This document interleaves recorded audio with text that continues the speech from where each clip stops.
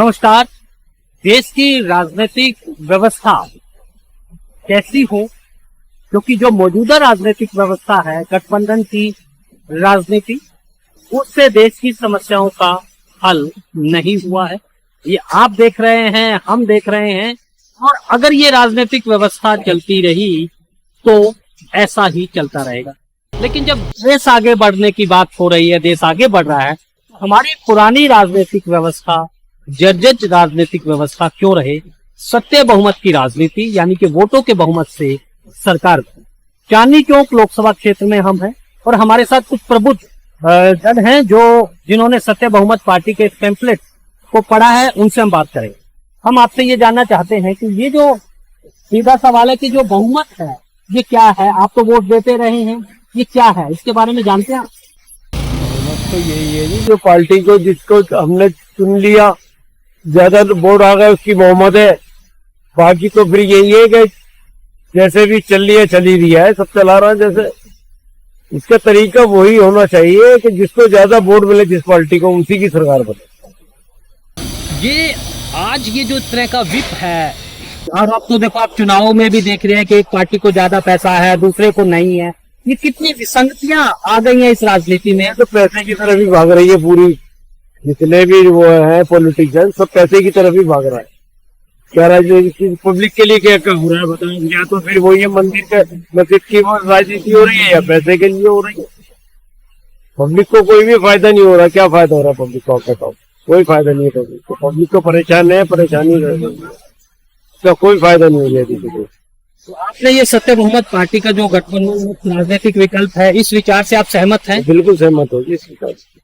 जिसको ज्यादा वोट इस पार्टी को आए वही पार्टी सरकार बनाए, अपने वही सरकार बनाए। और सबसे बड़ा सवाल यह है कि जो प्रजातंत्र है, लोकतंत्र है, यानी लोगों का तंत्र, और लेकिन उन लोगों की बात सुनी नहीं जा रही है। तो ऐसे में इस लोकतंत्र पर भी सवाल खड़े हो रहे हैं। आपसे जानना चाहेंगे। नमस्कार। नमस्कार। हाँ, मुझे ये बताइए, आपने ये पढ़ा सत्य बहुमत पार्टी का जो गठबंधन? ये गठबंधन जी हमें तो पसंद आ रही है, और ये जनता के साथ सहयोग करेंगे तो जनता इनको सहयोग करेगी। हम लोग इनको सपोर्ट करेंगे तभी कुछ होगा। आगे चल के जनता के हित में जो है फायदा ही होना चाहिए। तो लिहाजा हमारी जो रिक्वेस्ट गुजारिश यही है कि काम बढ़िया होना चाहिए, जनता के हित में होना चाहिए। तो ये जो सत्य बहुमत पार्टी का कहना है कि हिंदू मुस्लिम एकता हमारी जो धरोहर रही है, हमारी संस्कृति रही है, हमारी एक विरासत रही है, उसको भी आगे बढ़ाना है। बिल्कुल कायम होनी चाहिए। ये बहुत जरूरी है हम लोगों के लिए, सब कौम के लिए। इसमें हिंदू हो, मुसलमान हो, सिख हो, ईसाई हो, हम लोग आपस में मिलके रहेंगे तभी देश के लिए कुछ होगा। वरना तो ये देश जो हमारा बर्बादी की तरफ जा रही है। वरना तो ये समझ लीजिए आगे चल के भूखमरी और होगी। इतनी परेशानी हो रही है लोगों को, कोई ना कोई अड़चन आती जाती है, कभी कोई बवाल है, कभी कोई बवाल है। तो हम लोग एकजुट होके नई सरकार बनाए, नए जो भी है हमारा जो नेता है बढ़िया है, काम बढ़िया करे, जनता के हित में करे। तो ये आपने सत्य बहुमत पार्टी का जो पैम्फलेट पढ़ा है, कैसे देखते हैं इस विचार को आप? ये तो भाई हम उनको लाएंगे जब ही पता चलेगा। बगैर लाए कैसे पता चलेगा बताइए आप? जब तक हम इनको लाएंगे नहीं, इनको पावर में नहीं लाएंगे, तो ये कैसे दिखाएंगे हमने काम करा जनता के लिए? तो चांदनी चौक लोकसभा क्षेत्र से इस बार चुनाव मैदान में है, ये सिर्फ इसलिए कि राजनीतिक व्यवस्था बदले, और इनको हम मौका देंगे तभी कुछ करके दिखाएंगे ये जनता के लिए। हमारी तो ये अपील है। ये विचार है जो लगातार लोगों के पास चांदनी चौक लोकसभा क्षेत्र में जा रहे हैं, उनसे पूछा जा रहा है।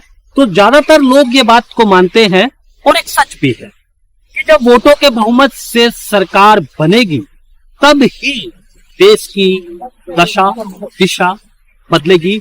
वरना बेमानी है, सत्ता येन केन पर ले लेते हैं, लेकिन जनता तो आज हाशिए पर है, और ये उसकी वजह है गठबंधन की राजनीति।